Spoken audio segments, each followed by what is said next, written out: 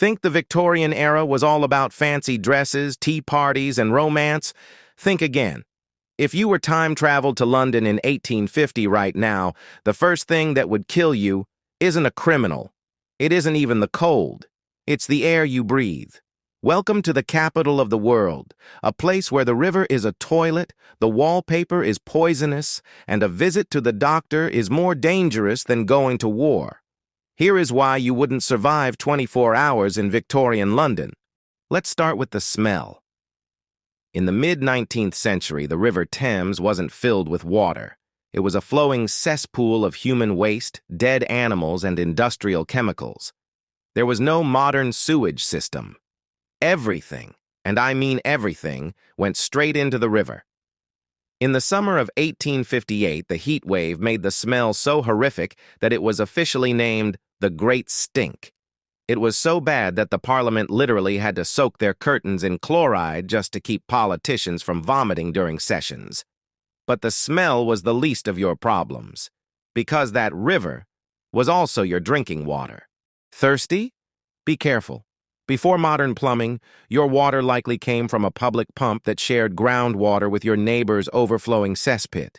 This brewed the perfect killer, cholera. It didn't just make you sick, it destroyed you. A healthy person could turn blue, dehydrated, and die within hours of their first sip. In 1854, one single water pump on Broad Street killed over 600 people in just a few days.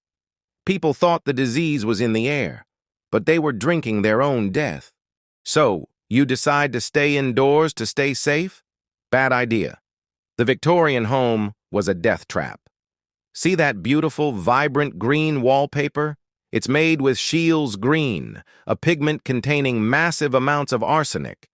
As the paper flaked off, it created a toxic dust that slowly poisoned entire families in their sleep. And it wasn't just the walls. Women used makeup made of lead to look pale, and some even dropped belladonna, a deadly nightshade, into their eyes to make their pupils look larger.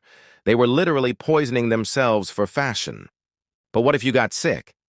Pray you didn't need surgery. Anesthesia was barely used, and germ theory didn't exist yet. Surgeons wore aprons stiff with dried blood from previous patients, thinking it was a badge of honor. Surgeons were prized for speed, not safety.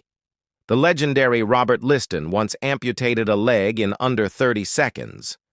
Sounds impressive? Maybe. But he moved so fast he accidentally cut off his assistant's fingers, too. Both the patient and the assistant later died of infection. Going to a hospital was basically a coin toss with the Grim Reaper. From the poisonous air to the deadly water, Victorian London wasn't the romantic fairy tale we see in movies. It was a survival game on hard mode. So the next time you drink a glass of clean water or take an antibiotic, be grateful you live in the 21st century.